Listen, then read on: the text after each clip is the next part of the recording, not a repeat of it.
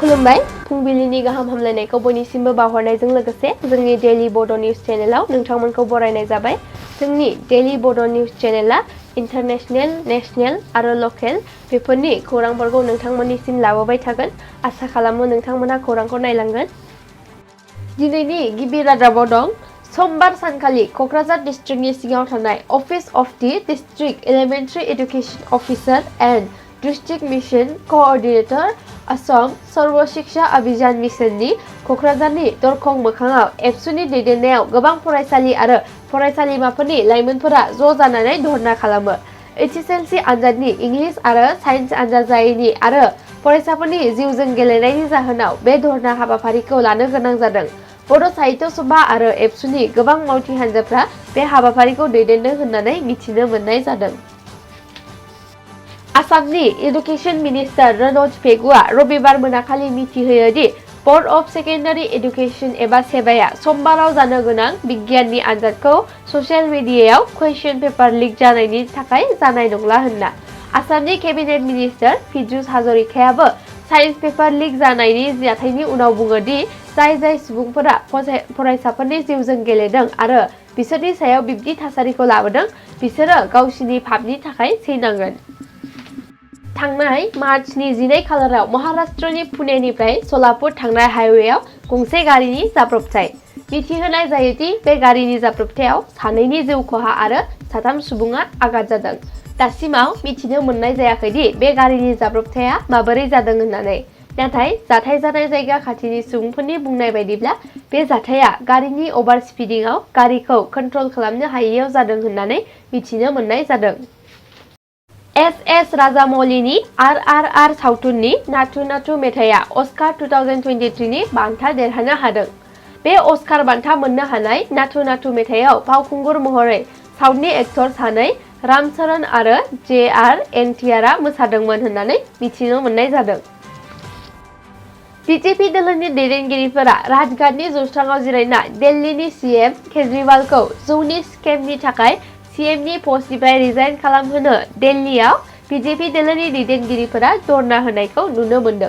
सुलुंनिफ्राय मिथिनो मोनोदि बे जथुमायाव BJP दिल्ली इउनिटनि नेहाथारि वीरेन्द्र सचदेवा आरो बिरोधी दोलोनि दैदेनगिरि रामबीर सिंह बिधुरी मोनहाबो बाहागो लायो होननानै मिथिनो मोननाय जादों। श्रीलंकानि नेभिआ तामिलनाडुनि सा 10 ना हमग्रा हानजाखौ हमदों। मिथिनो मोननाय जादों दि श्रीलंकानि नेभिआ दा बे सा 10 ना हमग्रा सुबुंफोरखौ तामिलनाडुनि पुलिसनो हरबाय होननानै फोरमायदों। जाथायनिफ्राय मिथिनो मोननाय जायो दि बे ना हमग्रा सुबुंफोरनि नावखौ सिज खालामनाय जाबाय। भारतनि प्राइम मिनिस्टार नरेन्द्र मदिआ सानथामनि हाबाफारि लानाय मार्चनि 13 खालारनिफ्राय 15 खालारसिम जानाय योगा महोत्सवआव रायजोखौ बाहागो लानो खावलायो।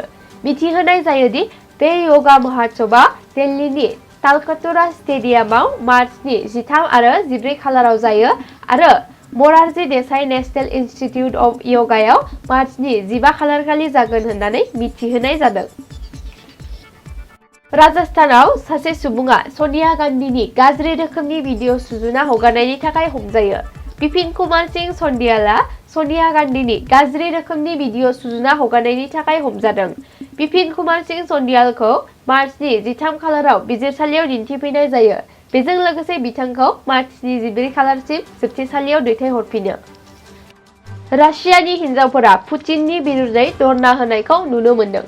सुलुंनिफ्राय मिथिनो मोनोदि पुतिनआ हादरनि हौवासाफोरखौ थोजासे फोरोंथाय होआलाबानो दावहाथिलियाव थिनहरहोगासिनो होननानै मिथिनो मोननाय जादों। 100निफ्रायबो बारा रासियानि बिमाफोरा गावसिनि फिसा आरो फिसायफोरखौ दावहाथिलियाव थिनहरहोनायनि थाखाय रासियानि प्रेसिडेन्टनि बिरुद्धै धर्ना होनायखौ नुनो मोन्दों। पाकिस्ताननि सिगांनि प्राइम मिनिस्टार इमरान खाननि बिरुद्धै माफ खालामनो हायि वारेन्ट ओंखारदों। PTIनि चेयारमेन इमरान खाननि बिरुद्धै माफ खालामनो हायै एरेस्ट वारेन्ट ओंखारदों। सुलुंनिफ्राय मिथिनो मोननाय जादों दि बिथाङा हिनजाव एडिशनेल डिस्ट्रिक्ट जाज, सेसनेल जाज आरो पुलिस मावख'गिरिफोरखौ सिगि सग'जों लोब्बा थानायनि जाहोनाव बिथांनि बिरुद्धै माफ खालामनो हायि एरेस्ट वारेन्ट ओंखारनाय जादों। थांनाय समबारखालि गुवाहाटीनि शहीद भवनाव अल आसाम स्टुडेन्टस इउनियन आरो गोबां मावथि आफादफ्रा प्रेस कनफारेन्सआव बाहागो लायो आरो CBI इनकुवेरि खालामनो दाबियो। प्रेस कनफारेन्सआव अल आसाम स्टुडेन्टस इउनियनआ सेकेन्डारि एडुकेशन बर्ड अफ आसामखौ फोजोबनो आरो एग्जामिनेशन कन्ट्रलारखौ एरेस्ट खालामनो दाबि खालामो। मोनायाव मुलि लायबाय थानाय समावनो मुम्बाइनि पालघर जिल्लायाव सासे हिनजावसा गथ'आ थांनाय मार्चनि 2 खालाराव हरनि 1 रिंगायाव रेप खालामजायो। सुलुंनिफ्राय मिथिनो मोननाय जादों दि मार्चनि 11 खालाराव बे रेप खालामजानायनि सोमोन्दै केस रेजिस्टार खालामो। लोगोसे रेप खालामनायजों लोब्बा थानाय सानै दायनिगिरि सुबुंखौ मुम्बाइ पुलिसआ हमबाय होननानै फोरमायो। मिरुआ एखे आथोननि हाबा जानायाव हेंथा होनायखौ नुनो मोनदों। सुप्रिम कर्टआव केस फाइल खालामनायाव 7 जाजजों लोगो नांना बे फाइलनि हियारिंखौ फैगौ एप्रिलनि 18 खालाराव होगोन होननानै फोसावनाय जादों। मार्चनि 13 खालार खालि अल आसाम स्टुडेन्टस इउनियनआ बार हाई स्कुल लिभिं सार्टिफिकेट एबा HSLC आनजादनि पेपार लिक जाबाय थानायनि जाहोनाव जोबोर गेदेर बिरुदि एबा धर्ना खालामदों। आसामनि तिनिसुकिया डिस्ट्रिक्टआव आसुनि मावथिफ्रा education minister doctor Ranoj Pegu आरो सेबानि चेयारमेननि मुसुखा सावनायजों लोगोसे रनज पेगुखौ रिजाइनेशन होनो दाबि खालामदों। लोगोसे मरिगाव आरो नगाव डिस्ट्रिक्टआवबो बिब्दिनो एखे थासारिखौ नुनो मोननाय जादों। तामिलनाडुआव गासै 8.51 लाख आनजाद होगिरिफोरनि गेजेराव 5206 गुबुन सुबुंफोर आरो सा 90 जोबथेसालियाव थानाय सुबुंफोरा मिरुजों खुंजानाय थाखो 12नि आनजादखौ होफैयो। लोगोसे तामिलनाडुनि गाहाय मन्थ्रि M.K. स्टेलिनआ आनजाद होगिरिफोरनिसिम गावनि सिबिनायखौ बावहरो। नितिन गडकारिया फैगौ मोन 18 गोदान NHAI प्रजेक्टनि थाखाय मार्चनि 13 खालाराव गराखपुराव अन्थाइ खाम्फा बेखेवो। बे बेखेवनाय हाबाफारिया उत्तर प्रदेशनि गाहाय मन्थ्रि योगी आदित्यनाथआबो दंमोन होननानै मिथिनो मोननाय जादों। बेंगालराव सासे एयार हस्टेसआ 4 थाला गोजौ बिल्डिंनिफ्राय गोग्लैना जिउ गोमायो। बिथांनि मुंखौ अर्चना धीमान होननानै मिथिनो मोननाय जादों। बिथांनि मोजां मोननाय हौवाखौ बे जाथायजों लोब्बा थानायनि सन्देहआव पुलिसआ खादों होननानैबो मिथिनो मोननाय जादों। चाइनानि प्रेसिडेन्ट शी जिनपिंआ रासियानि प्रेसिडेन्ट व्लादिमिर पुतिनखौ लोगो हमनो थिरांथा लादों। सुलुंनिफ्राय मिथिनो मोननाय बायदिब्ला थांनाय जानुवारिनि 30 खालाराव व्लादिमिर पुतिनआ चाइनानि प्रेसिडेन्ट शी जिनपिंखौ लोगो हमनो खावलायहरदोंमोन। मिथिहोनाय जायो दि शी जिनपिंआ रासियायाव एप्रिल-मे दाननि गेजेराव थांनो हागौ होननानै फोरमायदों। दिल्लीनि जन्तर मन्तरनि जौस्राङाव पान्जाबनि आबादारिफोरखौ धर्ना होनाय नुनो मोनदों। जाथायनिफ्राय मिथिनो मोननाय जायो दि बे आबादारिफोरा भारतनि प्राइम मिनिस्टार नरेन्द्र मदिनो गांसे मेम'रेन्डाम गथायबाय। बे मेम'रेन्डामाव लिरदों दि आबादनि थाखाय दै राननाया मोजाङै जानांगौ आरो मिनिमाम सापर्ट प्राइस स्किमखौ थाबैनो जाफुंहोनांगौ होननानै दाबि दैखांदों। भारतीय जनता पार्टी एबा BJP लेड सेन्टारनि आदानि हिन्डेनबार्ग जाथायनि जाहोनाव बिरोध खालामनो आसाम प्रदेश कंग्रेस कमिटिनि 2000 सो सुबुंफ्रा चलो राजभवन यात्रायाव बाहागो लायो। हाबाफारिखौ आसाम प्रदेश कंग्रेस कमिटिनि दैदेनगिरि एबा प्रेसिडेन्ट भुपेन बराया आरो पार्टीनि गोजौ थाखोनि दैदेनगिरिफोरा दैदेनदोंमोन होननानै मिथिनाय जादों। आसामनि सिङाव थानाय लामदिं ओनसोलाव आसाम पुलिसआ सा 13 आइजो सिखावखौ हमनो हादों। मिथिनो मोनदों दि लामदिं जुलानपुराव जानाय 66 फरेस्ट फेस्टिभेलाव आइजो सिखावफ्रा गहेना आरो रांखौ गोबां सुबुंनिफ्राय खावदों। जायगानि सुबुंफोरनि हेफाजाबाव आसाम पुलिसआ सा 12 आइजो आरो सासे लाइमोन सिखावखौ हमनो हाबाय होनना मिथिनो मोननाय जादों। इन्डियास G20 प्रेसिडेन्सिनि सिङाव सुप्रिम अडिट इन्स्टिट्युशन 20 एबा साइ 20 एंगेजमेन्ट ग्रुपनि गिबि सिनियर अफिसियेल मिटिंखौ मार्चनि 13 खालार खालि गुवाहाटीआव खुंनाय जादों।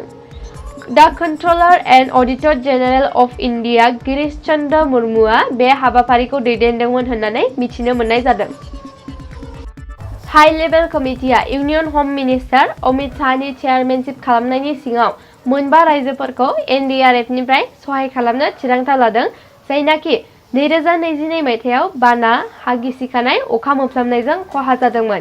NDRF निफ्राय HLCआ 1816.162 कौटि रांनि सहाय होनो राजि जाबाय, जेरै आसामनो 520.462 कौटि आरो हिमाचल प्रदेशनो 239.31 कौटि, कर्नाटकानो 941.4 कौटि, मेघालयानो 47.326 कौटि आरो नागालेण्डनो 68.2 कौटि। गुवाहाटीआव न' लुनायाव बाहायग्रा बेसादनि बेसेना 40% बारायदों होननानै मिथिहोनाय जायो। बाला अन्थाइनि बेसेनाबो थांनाय 4 बोसोरनिफ्रायनो बांसिननिफ्राय बांसिन जादों होननानै मिथिनो मोननाय जादों। गुवाहाटीनि सिङाव थानाय दाखिनगाव ओनसोलनि गंसे गोदानै लुखांजानाय बिल्डिंनि 9थि फ्ल'राव अर खामलावो। बिल्डिंनि बिगोमाखौ all India united democratic front एबा AIUDF नि चिफ बदरुद्दिन आजमल होननानै मिथिनो मोनदों। बिल्डिंआव गासै 40 खामानि मावग्रा सुबुंफ्रा अर खामलावनाय समाव दंमोन। बिसोरखौ थाबैनो दिहुननाय जादों आरो बेयाव रावबो जेबो जखम जायाखै होनना मिथिहोनाय जादों। बाजेट सेसन 2023 नि नैथि सानखालि बगुबर MLA शेरमान आली आहमेदखौ हाबाफारियाव दावराव खालामनायनि जाहोनाव आसाम एसेमब्लि स्पिकार बिश्वजित दैमारिया सानसेनि थाखाय बिथांखौ सासपेन्ड खालामो। हाई स्कुल लिभिं सार्टिफिकेट एबा मेट्रिक आनजादनि कुइसन पेपार लिक जानायनि जाहोनाव 4 सुबुंखौ पुलिसआ हमबाय। बे हमजानाय 4 सुबुंफोरनि मादाव 2 सुबुंखौ टीचार आरो सासेखौ ड्राइभार बुंनानै मिथिनो मोननाय जादों। ज्योतिरेखा बरग'हाइन, हेरेम्ब कुमार दास, बिन्देश्वर चौमांखौ हमनायनि उनाव दिसपुर पुलिसआ चित्र रय मुंनि सासे सुबुंखौबो हमबावदों होनना मिथिनो मोननाय जादों। बिथांमोनखौ नायबिजिरनो थाखाय CIDनो गथायबाय होननानैबो मिथिनो मोननाय जादों। गोबां बोसोरनिफ्रायनो गोमानानै थानाय सासे नेपालनि आइजोआ गावनि नखरजों लोगोसे आसामाव फैफिनो।